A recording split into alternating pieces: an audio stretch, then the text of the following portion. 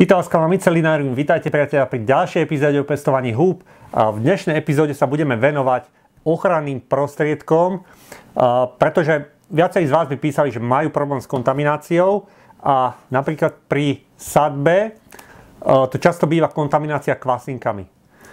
Kvasinky sú v podstate čierne fľaky, keď vidíte na sadbe, to sú spravidla kvasinky. Pokiaľ sú tam plesne, to len splesnivé, to bude zelené alebo čierne, to uvidíte, že to je pleseň. V podstate, keď sú čierne fľaky, aj tam taká čierna alebo tmavo-hnedá mazľavá tekutina, to sú kvasinky. Práve problém s kvasinkami je častý pri sadbe. Viacerí z vás majú problém, že veľké percento sadby majú kontaminované kvasinkami a práve preto odporúčam používať ochranné pomôcky, ako je napríklad rúško. Určite každý má ešte doma nejaké rúška z pandémie, takže klasické rúško odporúčam napríklad FFP2, ktoré sú tie skutočne, že neprepúšťajú baktérie a podobne, čiže nejaké dobré rúško, takéto klasické, ktoré sa dajú kúpiť hocikde, sú úplne ideálne, to sú chirurgické rúška a vhodné sú práve pre tie kvasinky, pretože kvasinky máme v ústach. Máme tam veľké množstvo kvasiniek, v slinách je veľké množstvo kvasiniek. Ako vydychujeme, tak samozrejme tá vodná pára, tie mikrokvapočky môžu obsahovať kvasinky. A práve keď očkujeme a vydychujeme, tak tie kvasinky sa môžu dostať na tie sáčky, môžu sa dostať aj na tie filtre, môžu sa dostať dovnútra a potom dochádza ku kontaminácii. Čiže používajte pri hubách rúška, a to aj pri očkovaní sadby, aj pri očkovaní substrátu. Rúška blokujú v podstate, aby sa tie kvasinky dostávali kdekoľvek na povrch, s ktorým pracujeme, čiže rúško je veľmi dobrá pomôcka a takisto môžete používať aj rukavice. Buď sú to klasické latexové, alebo potom nitridové sa predávajú. Čiže klasické rukavice, tie sa veľmi dobre vyčistia, vysterilizujú, čiže normálne dáme si rukavicu a použijeme izopropyl alkohol a vyčistíme si tým pádom aj ruky.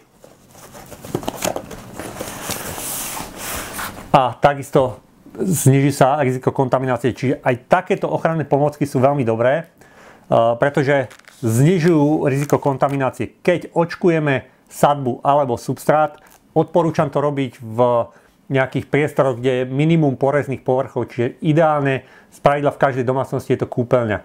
V kúpeľni je minimum tých porezných povrchov, sú tam spravidla nejaké kachličky, nejaká dlažba a podobne dá sa to ľahko vyčistiť, čiže to sú miestnosti, kde sa dá dobre robiť sadba aj substráty, kde je minimum tých spor. Samozrejme nemôže tam byť žiadny prievan, čo najmenší pohyb vzduchu, aby nám tam nevierili nejaké spory vo vzduchu.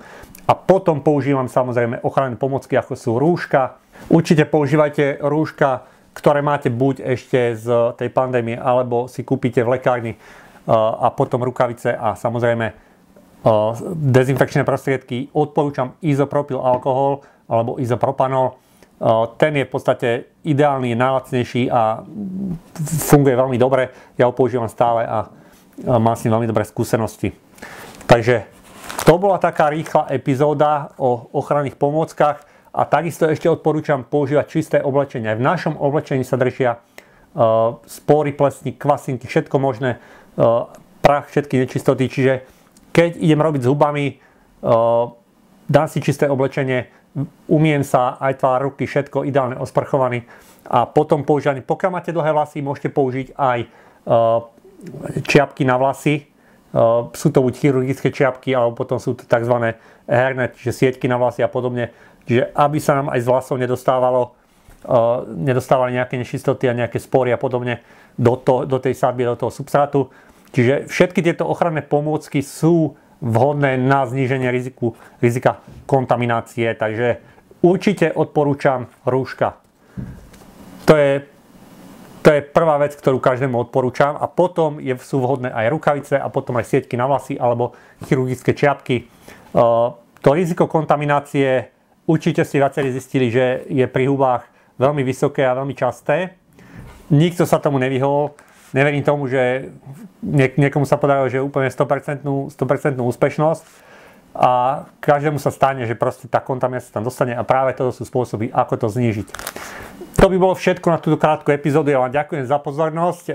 Pokiaľ sa vám video páčilo, nezabudnite dať like, prihlásiť sa na odber, kliknite ten zvonček, aby ste videli vždy, keď pribudne nové video. A takisto nás sledujte na sociálnych sieťach, kde často pridávam nové fotky a informácie.